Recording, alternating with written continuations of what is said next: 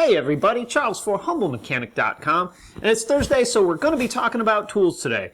Now, normally I do just one singular tool review, but today I'm going to give you guys my top 5, 1, 2, 3, 4, 5, favorite tools in my toolbox. Now, if you want to watch just a plain review, there's a whole playlist on YouTube I'll put a link to, and you can check out all the tools that I've reviewed. I've actually reviewed this here by itself. Check that out. Also, if there's a tool that you'd like for me to review, send me some information. Email me, charles@humblemechanic.com. Tell me a little bit about it and what you want to know, and I'll do my best to check it out and try and review it for you. Now, the reason these are some of my top 5 favorites are, 1, they save me time, or they save me money. And those are pretty much the two most important things when I'm trying to decide whether or not I'm going to buy a particular tool. Now, this is in no particular order. I love all 5 of these things equally, so let's get rolling. Number 1, again, no particular order, is my Makita impact driver. I did an entire review all about this and the drill that came with it. Awesome tool, probably the most used tool in my entire toolbox.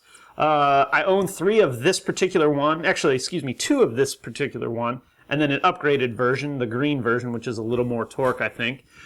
Incredible speed, incredible power, great trigger control. I like the chuck. It's a quick release, so bits go in and out. In theory, there we go. Awesome tool, love it. Can't say enough good things about it. I won't beat it to death anymore. Next up is Klein brand side cutters. Now, I've had probably 7 or 8 of these over the years. Usually it's not that they fail, I usually lose them.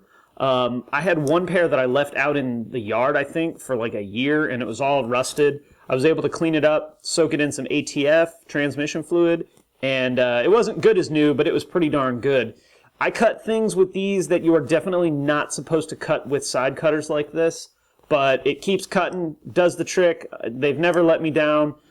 Great torque. I cut hose clamps with it, which I don't think you're supposed to do. I mean, they're basically wire cutters, right? And these are 100 times better than the Snap-on ones, the Matco ones, and the Mac brand ones, and also better than the Nipix ones that I've used. So can't recommend these enough. There's different variations of it with different color handles or different color coatings. I think like the Journeyman series or whatever. But I buy the basic red ones. They work great. I love them. This is probably like the 4th most used tool in my toolbox. So high marks, Klein brand, definitely the way to go. I also really like their screwdrivers too. So can't recommend those guys enough. Number 3 is my power probe. Now what this is, this basically takes the place of a test light. So it has a ground on this end. You can take, with this button here, you can apply power and ground, or ground I should say. You can't apply them both at the same time. So what you do is you hook up this end to one side of, say, a motor or a solenoid. Then you hook the tip up, press the tip up, hit the button, and it'll power the motor, power the solenoid. It'll also indicate with both visual with the light and audio with a beep whether a wire has power or ground. I would give you guys a demo of this, but some knucklehead left the key on his cabbie, which is just behind the camera here. So the battery's completely dead. Otherwise, I'd be more than happy to demo this for you. I need to do a review on this all around because this is probably one of my favorite diagnostic tools in my toolbox.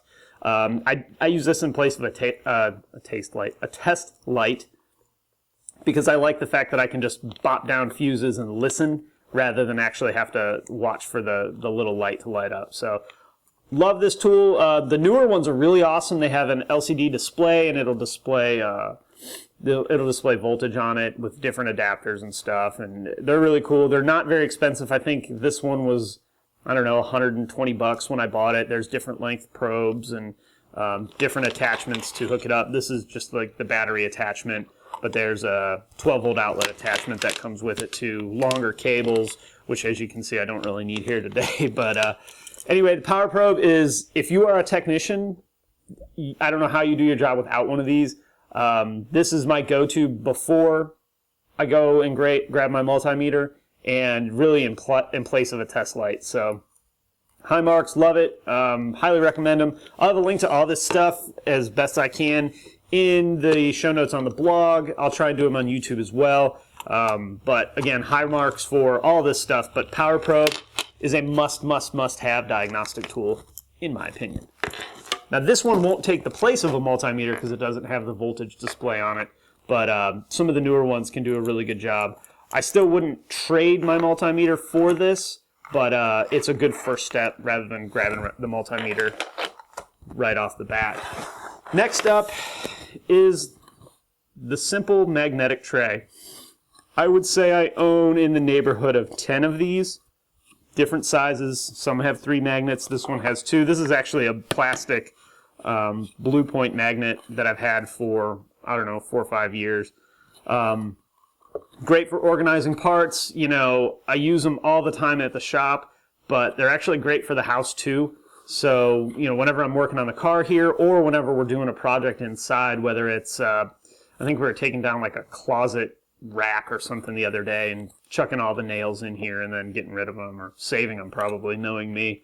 I can't seem to get rid of stuff. It's the craziest thing. But anyway, magnetic trays are awesome, awesome, awesome. If you don't have a whole stack of these in your toolbox arsenal, I don't know how you're staying organized. Plastic bags, I guess, but these are fantastic. Again, this is a Blue Point one. It doesn't have to be a Blue Point one. It doesn't have to be plastic. It can be whatever you want it to be. They all basically work the same. As long as they hold stuff, you're good to go. So, can't have enough magnetic trays. This is probably one of the best gifts you can buy a tool fan, by the way, is a magnetic tray. So last up is probably the thing that I have my hands on the most. It's the tool that I would say I own the most of, and that is the Streamlight Stylus Pro flashlight. It's a very small flashlight, pocket size. This is the one that I keep in my pants pocket all the time.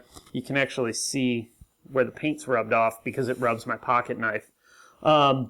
Great, great, great little flashlight. It's the best flashlight I've found that's sort of pocket-sized. 2 AAA batteries is all it takes, so rechargeables work really well on these too. It comes with an extra button. It comes with a sheath. I've never had to replace a button, and I think the sheaths are stupid, so I don't use them. But great, you can see it's nice and bright. Shine it back here. I have another one. This is one that says Matco on it. It's a little bit fancier of a color, and I also paid, I think, $10 more for it. So, I don't know, is that annoying? Awesome lights, highly recommend them. I probably own in the neighborhood of 7 or 8 of these.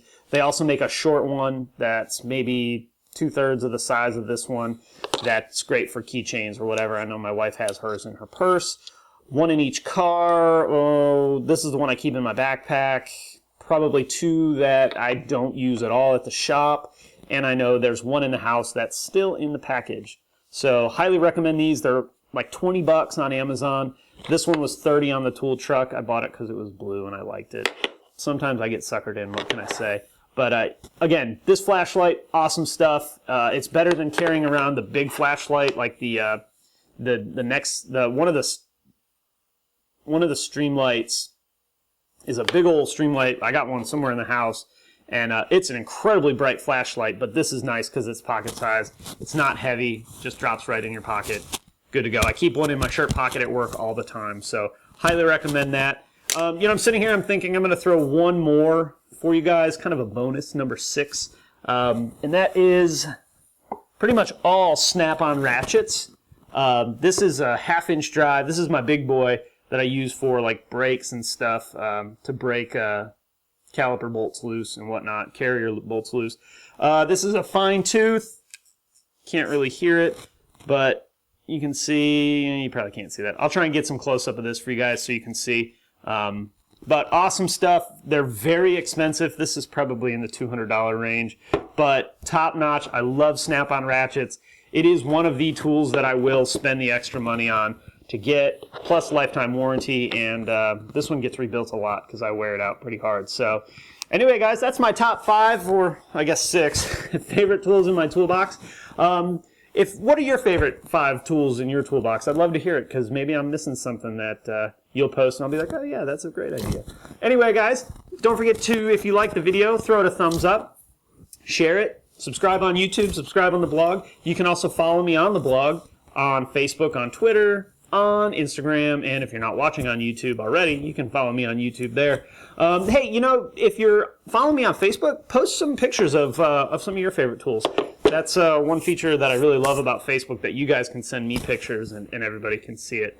So again, if you have a tool that you'd like to submit for review, shoot me an email, charles@humblemechanic.com. Thanks for watching, and I will see you guys next time.